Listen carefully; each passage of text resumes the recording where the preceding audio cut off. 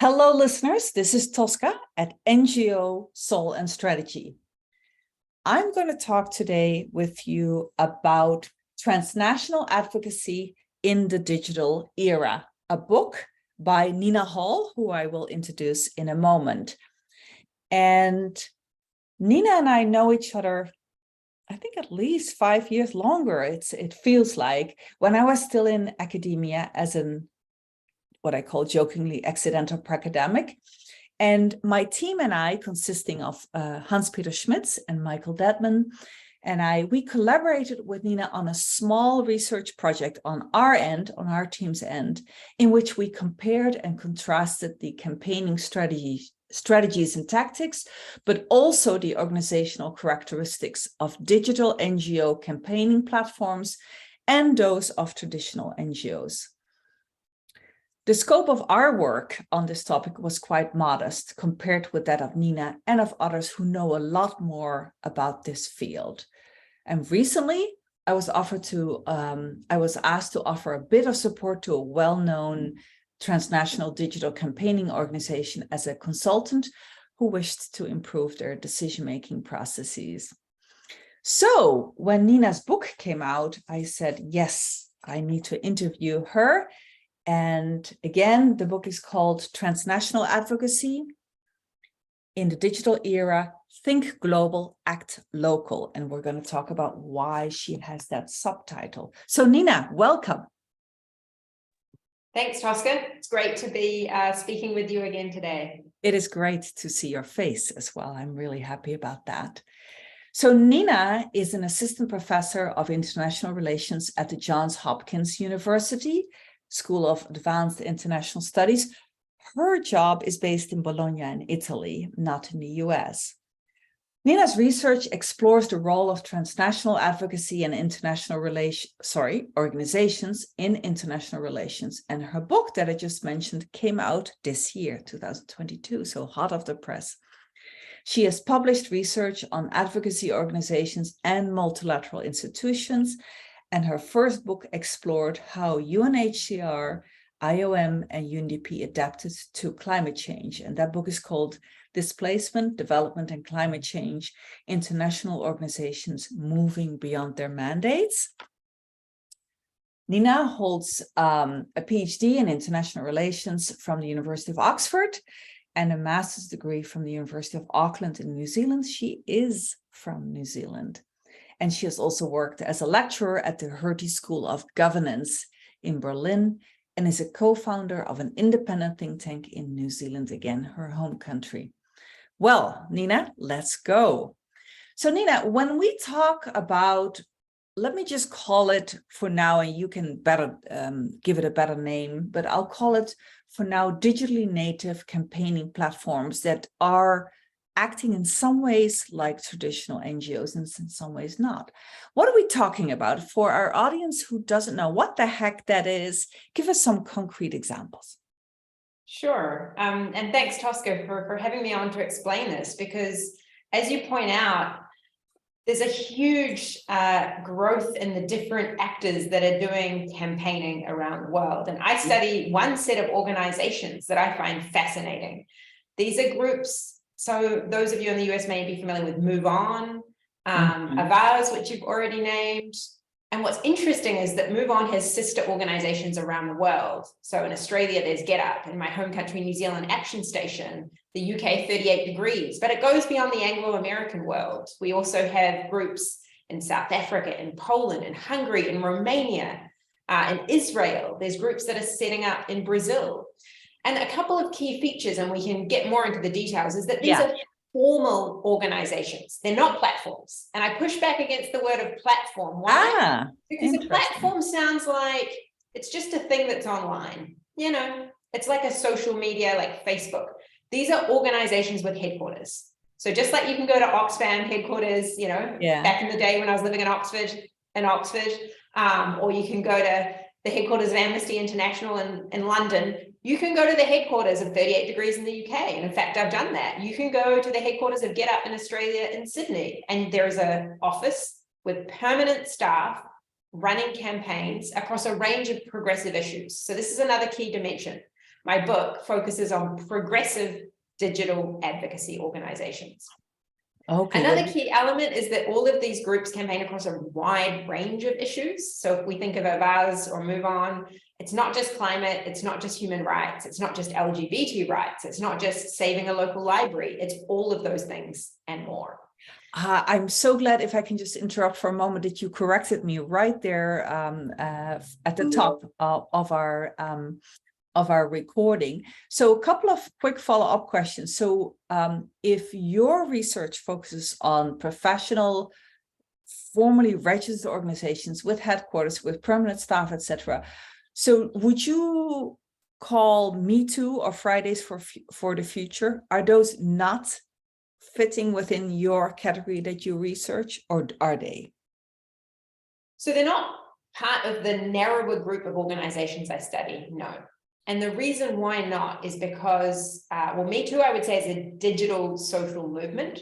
So it hasn't had, as far as I know, the formal characteristics of having a permanent headquarters and staff, although I think often social movements develop social movement organizations over time. Yeah. And I haven't looked at Me Too enough to understand where it is in that trajectory. Fridays for Future is a little bit different. And I would actually say I touch on Fridays for Future in the book, although it doesn't quite fit the model I'm talking about. And it doesn't fit the model because it's campaigning on one issue, climate change. Exactly. And it is using digital technologies, but most NGOs use digital technologies these days.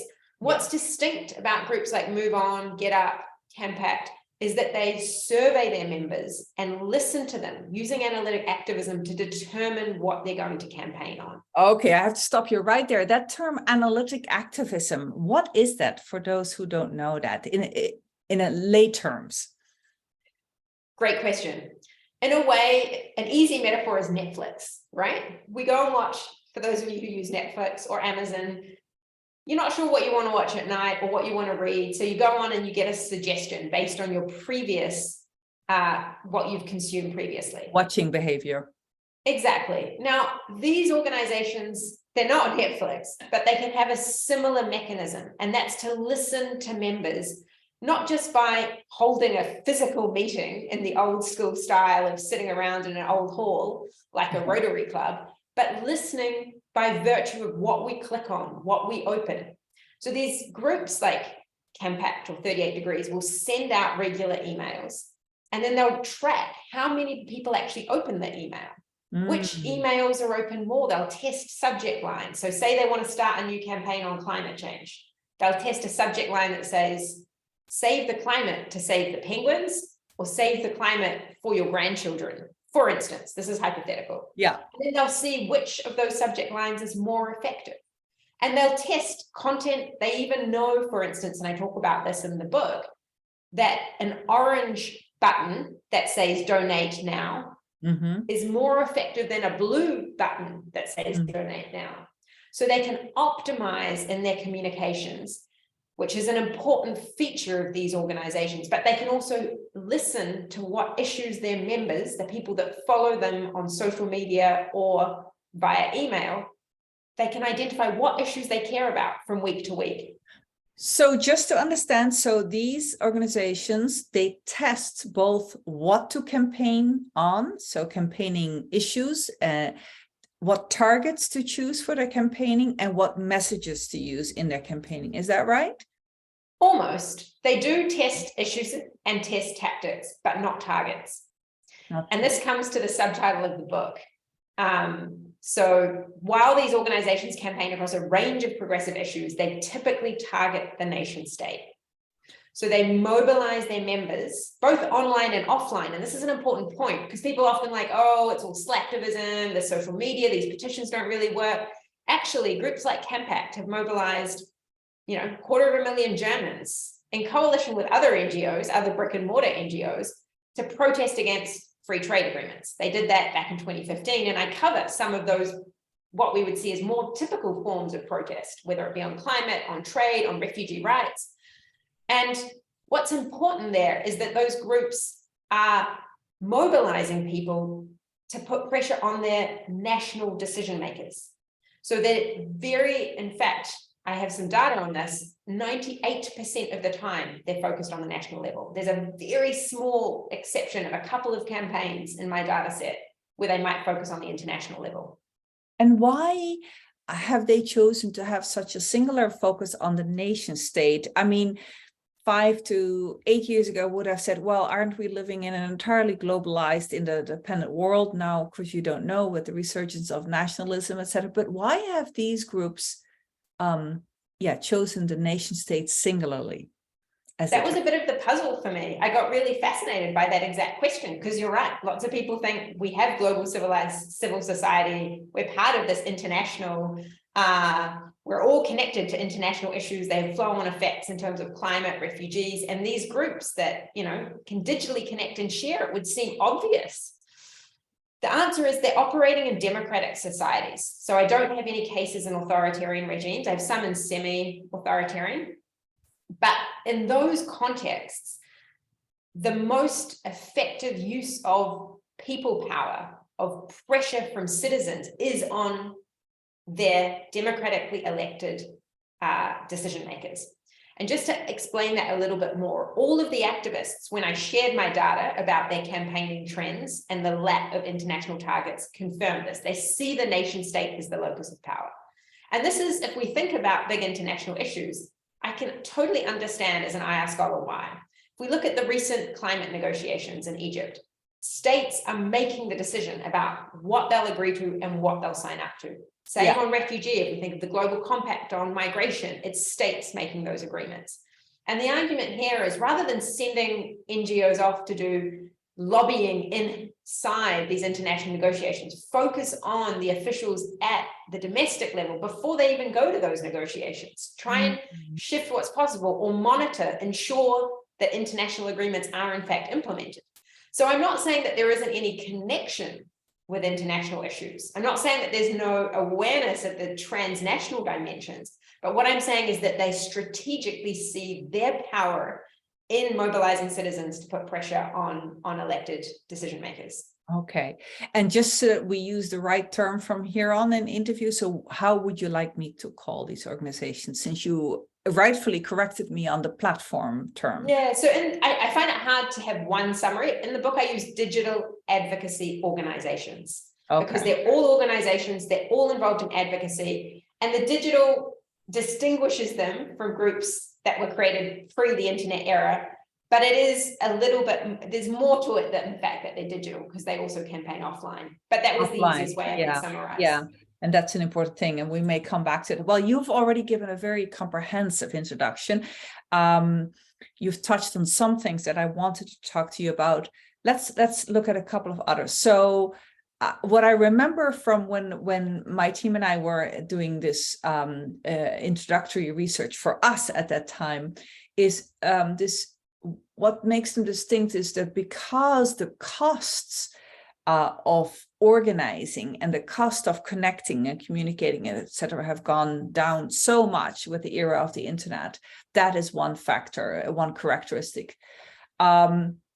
Maybe I'll ask you about a second thing. One is the concept of membership is quite different from brick and mortar or traditional NGOs. So can we talk about these two aspects? Yeah, I'm really pleased you asked about members. Because first of all, being a member of these organizations is not the same as turning up, say, to a Rotary meeting, or, you know, paying a due. You know, we often think of, you know, Greenpeace or Amnesty or Oxfam would more conventionally think of members as people who are regular subscribers and receive letters and probably know that they're members, right? They're probably signed up to something. And what's fascinating about groups like Move On and Campact and 38 Degrees or Aksha Demokracja in Poland is that members are people that subscribe to the emails and will regularly engage and open those emails. So if you do it once and then never do anything, you won't generally be called a member, although there is some variation across the organizations. So you have to be returning for action, but you don't have to give any money. You don't even have to really know or tick a box to say, I'm a member of this organization. And in fact, there's fascinating research by a colleague of mine, Dana Fisher, who's gone out to some of the big marches in the US, the March for Science, the March for Women, and gone to those demos and asked people how they were made aware of them. And she finds out basically that many of them were mobilized by Move On in the US. but they didn't actually know that they No, were they weren't members aware. of Move On, and they didn't identify. So I think the notion of membership is very different in these organizations, and that's both a strength because they have a big, broad email list, huge, big, over 1 million people, Americans in Move On, over 1 million Australians in GetUp, over 1 million Germans in CampApp. But it's also a lot thinner, you could also argue, in terms of the engagement, the identification. In some cases, members are active and are volunteers. And I should note one thing, the membership profile is not the young profile that you might think because of their digital nature. It's mostly middle-aged, baby boomers, educated, professional, elites. And so actually, there is some overlap potentially with the sort of people that are members of brick and mortar organizations. And these people I've seen volunteering. So when I went to GetUp, I would see volunteers, members, on the front desk. In the GetUp case, they actually go out and do a lot of canvassing during election campaigns, knocking on people's doors. Definitely so offline. some of them, what's that? Definitely offline then. Yes. Oh, for sure. Yeah. So I think, there's two important points to be made there. One is that the members aren't always so actively engaged or identifying as members, but two, that the profile is a slightly older demographic. And I think that's a challenge for these groups going forward. That is so interesting because one would think that these are primarily people in their 20s, late teens, 20s, 30s, maybe. Let's talk a little bit about more in depth about the profile. Is it primarily white, middle class, urban, educated? Obviously, people with internet access, which of course many people across the world still don't have, although lots of people have some access to some form of cell phone, if not a smartphone, of course. Let's talk about a little bit more in depth about the demographic profile of these members. So you're right in terms of the typical member. They were more white, they were more middle class, urban professionals. And many of the organizations have become aware of this problem of diversity, both amongst their staff and their members, right? Because most of the staff also fitted into that profile. And there has been a really active process in a number of the organizations to diversify both members and staff. And I mention that because I think it's probably reflective of broader conversations, I know, across the NGO sphere. So to give you a couple of concrete examples, and GetUp is now headed up by an Aboriginal Australian woman, Larissa Baldwin. And GetUp has done, in the period I've been studying them, a lot of work to upskill and upscale their campaigning on Aboriginal rights. So hiring campaigners in the Northern Territory, so in Northern Australia, which tends to be higher density of Aboriginals living there and people on the ground campaigning. And now, for the first time, they have at the head of their organisation an Aboriginal woman, Larissa Baldwin. In New Zealand, Action Station actually for some time has had a Māori leader. It's had two now, Laura O'Connell-Rapira and Cassie, whose name, sorry, I'm just blanking on now, have been two of the executive heads of Action Station, and they've really prioritized Māori rights within the organization. So there is starting to be some changes in terms of the diversity of those organizations. That's interesting. Similar to what brick and mortar NGOs, many have gone through in the last 10 years or so of a big push on that. Now, it seems that these organizations are by nature very agile, right? Because they are listening for the appetite, the interest amongst members, correct? For certain campaigns and maybe less so for others. That also, though, makes both membership and what they campaign on very spiky, as somebody said to me in a panel a number of years ago when we, Hans and Michael and I were part of a panel on these issues at the Interaction, the US umbrella organization for brick and mortar NGOs. Talk to me about both the pros and cons of that agility and the spikiness of campaigning and of membership. Sure.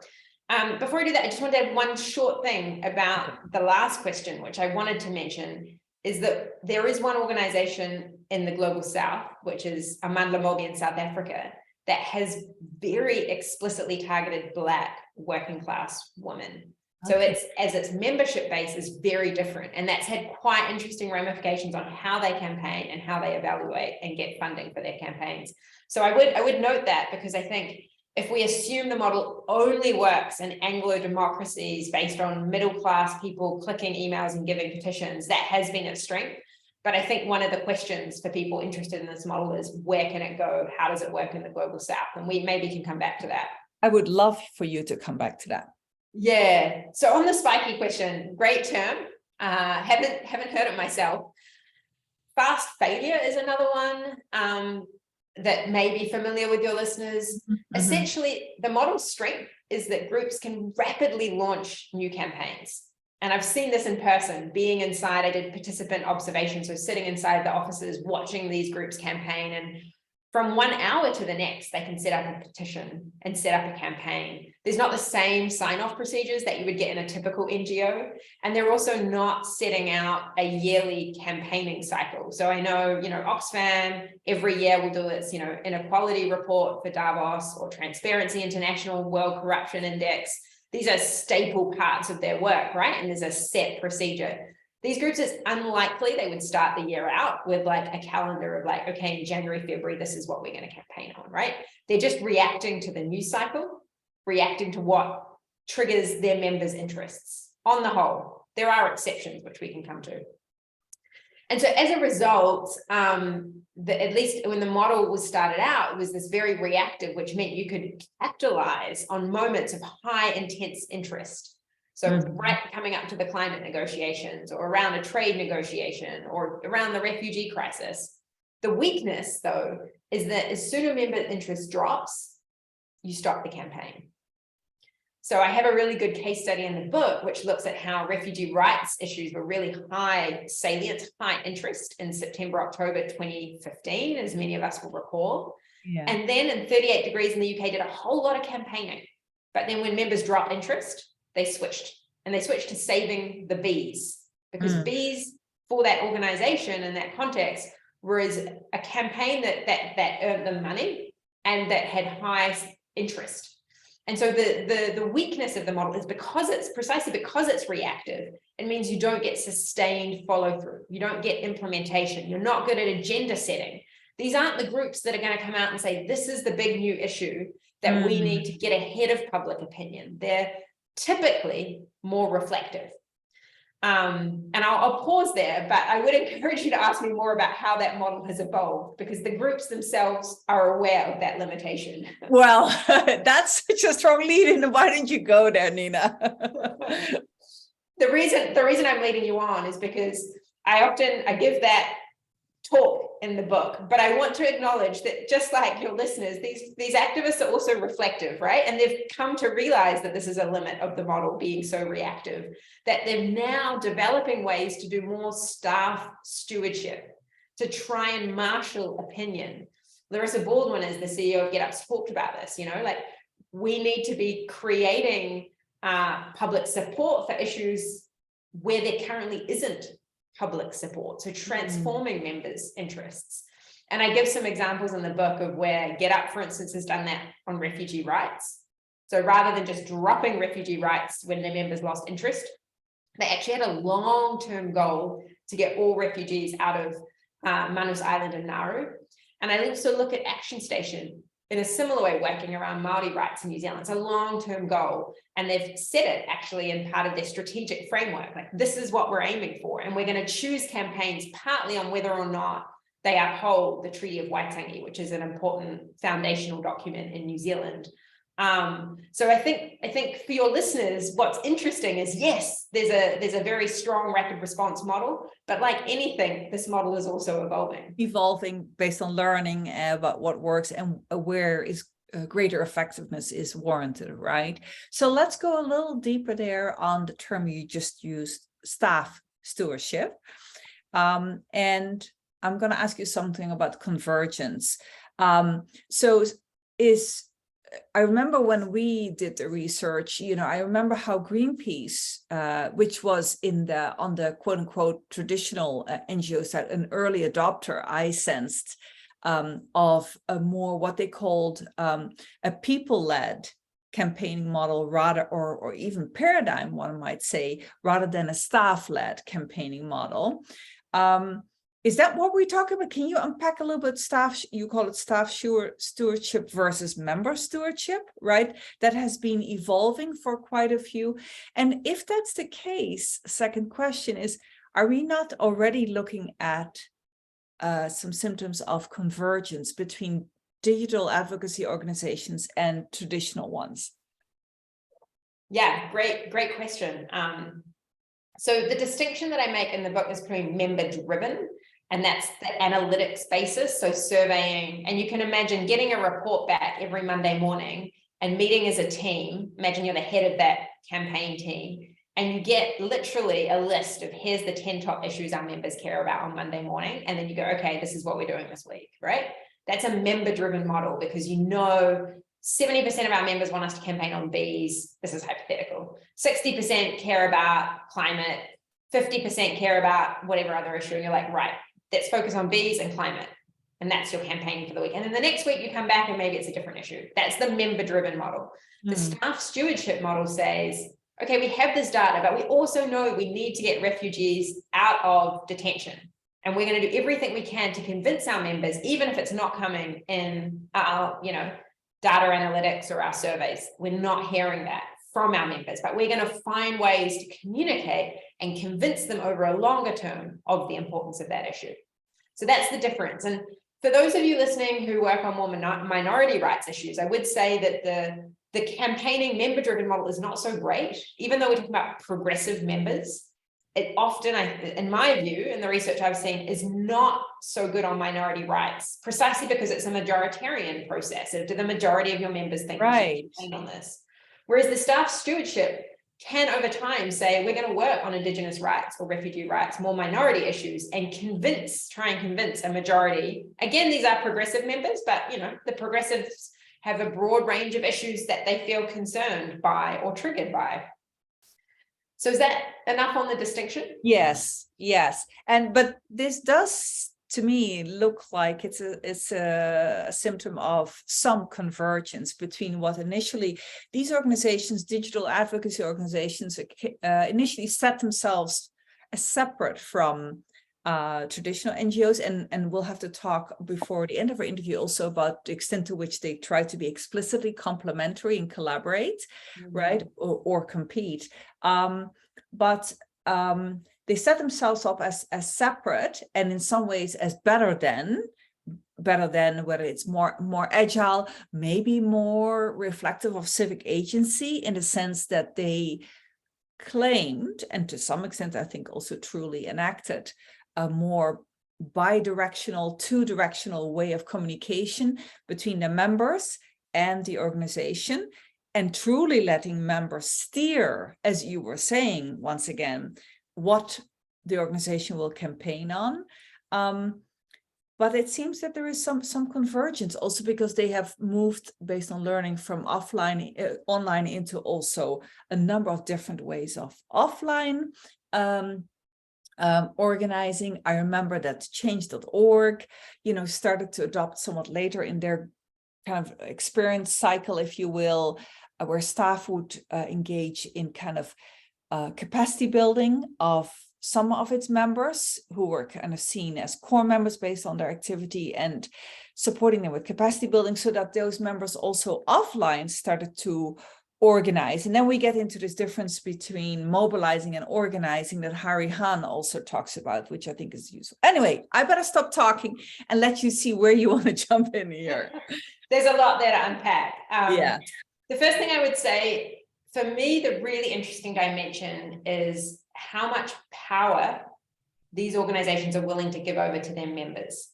So it's not the digital dimension. And this is where, when you came to me on the title, I feel a little frustrated in a way of the digital advocacy organization term, because all NGOs are using digital tools. It's not really useful to just say digital. And all of these digitally native organizations were also, most of them were early on, some more than others, were active offline. So if we put aside the digital and focus on who has power to choose issues, how decentralized is it? So what's interesting is that Ben Branzell, who was a key person behind this model, he worked in Move On and he helped set up a number of these organizations around the world. And one of the parts of the book that's beautiful, just going off on a small tangent, is charting how do we see this model replicate in such different cases? And part of the answer is Ben Branzell and the network, the open network that he set up. So it's a side story of organizational diffusion. But what's interesting is before Ben, having worked at Move On and having seen some other orgs set up around the world, before he launched this network, he actually tried to graft the model on to Oxfam and to a few other established NGOs.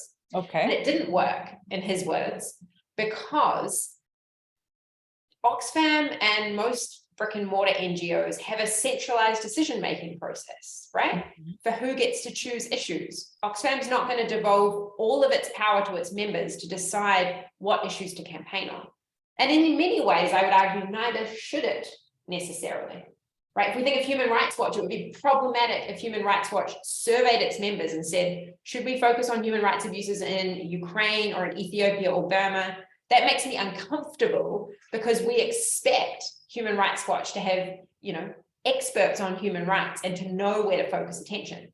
So it's important to notice that these distinctions I'm saying are in the digital advocacy model, they're delegating a lot of power to members, but I'm not saying that everyone should follow the model, right? I'm saying this is a model that exists, that's out there, that has strengths and weaknesses. And the fact that they give their members so much power to the extent that you can start your own petition, right? So they all have their own petition platforms that you can go and set up. And just to round off, that's your point on Greenpeace. Further down the track, we have seen NGOs like Greenpeace, a first mover, in some cases, New Zealand, India, setting up petition platforms where members can start their own petitions. Yeah. But they haven't completely devolved power, right? Greenpeace still has a certain amount of agenda setting power in Greenpeace International or Greenpeace national chapters to determine what they campaign on. And so that's really a healthy tension of thinking about how much do you give over to your members, not just to take actions, but to set the agenda versus how much do you hold it in-house. Yeah, because your point also in the book about that the digital advocacy organizations that you study have found that certain items are more quote unquote popular with their members than others. And that, for instance, the rights of populations that are minorities within their respective national societies are not necessarily part of that, right? Or groups that are very isolated in society, for instance, right? That are very marginalized, may not come to the fore. That's an important one, I think. That doesn't mean that brick and mortar NGOs don't necessarily effectively work to promote these populations' issues, but it does mean that they can choose to do that, not based on quote unquote popularity. Yeah, and I mean, I think this is a good launch pad for your question that you highlighted earlier about collaboration. Okay, let's go there. Basically, at the early outset of these organizations, I think there was a lot of competition between traditional brick and mortar and these new groups who were often sweeping in on campaigns and in some cases claiming a victory, right? There was a case of one digital advocacy organization claiming, our members got the Paris Agreement. I mean, that's blindly not true. I mean, yes, you may have contributed to a groundswell of support for climate action, but there were very bold claims that were often attributed to that one organization causing a change. So there have been tensions, and I want to acknowledge that. But where I find the most interesting part is understanding the ecology of actors. How do these new digital advocacy organizations work with traditional brick and mortars? And in one section of the book, I give some examples. So I'll talk about New Zealand and refugee rights because it hits on this exact point of you have a campaigner, a person called Murdoch Stevens, who wanted to double New Zealand's refugee quota. And New Zealand's refugee quota, which makes it frankly extremely low, it was 750 per year, lower per capita than Australia's, right? And it hadn't been changed for many years. So he was a single issue campaigner, right? He didn't have an organization behind him. He was trying to get traction. He was talking to politicians, talking to civil society. And he's written a book on campaigning. And he said in this book that he explicitly chose to partner with Action Station, the New Zealand equivalent of Move On, And he did that because rather than seeing them as a hub of expertise and passion for just one issue, he saw Action Station become something akin to the cavalry who would arrive to support a pressure campaigning just as their efforts were starting to receive mainstream attention. And he elaborated on this. He said that Action Station functioned like a floating resource for pressure campaigns that suddenly find their time in the spotlight. So the point here is that I think there can be good collaborations. He was the single issue campaigner. He developed the expertise. He knew what the target, what the ask was. He had a good, clear ask, but he didn't have thousands of people on an email list. He didn't have the infrastructure digitally to communicate, to put out an online petition, and he could collaborate with Action Station that provided that infrastructure and support. So I say that because I think there are lots of other examples out there of how these groups have at times, not all the time, but have sometimes collaborated very effectively with more issue-based traditional campaigning groups. But yet you say, and I remember that was also the case during this time when my colleagues and I were studying these actors, you say that there is relatively rare explicit collaboration between them. Isn't that right? And I wonder how much is lost in terms of opportunity, because brick and mortar or traditional NGOs have expertise, as you say. They also have elite level networks and contacts, right, where they can do insider campaigning while also needing outsider campaign. They have, when it comes to campaigns that require lots of community level input and agency and support, they have built sometimes decades of trust and local credibility in communities, right? In a way that digital advocacy organizations have not. So I push back on that because I think there's real variation across the organizations I study. So Action Station, having visited and seen it from a range of perspectives, talking with different civil society actors, they have developed, I think, a higher degree than most of the other organizations, their equivalents of credibility, and are very good partners, partly because New Zealand is a small country, it's a small democracy. And if they went out alone all the time, they would burn bridges, right? They need to form those collaborations. There's also a group in the Netherlands, actually, interestingly, De Goede Zaak, which is similar. It started out with this model of our strength is not running around doing a million different campaigns, but recognizing where we can support existing campaigning groups and how we can use our infrastructure. I would acknowledge that when the model was set out, there was encouragement not to spend time as digital campaigners sitting in long meetings and coalition talks, waiting for sign off on a campaign. That is something that the model, precisely because you're trying to respond to your members, you're not trying to respond to what other NGOs in the sector think.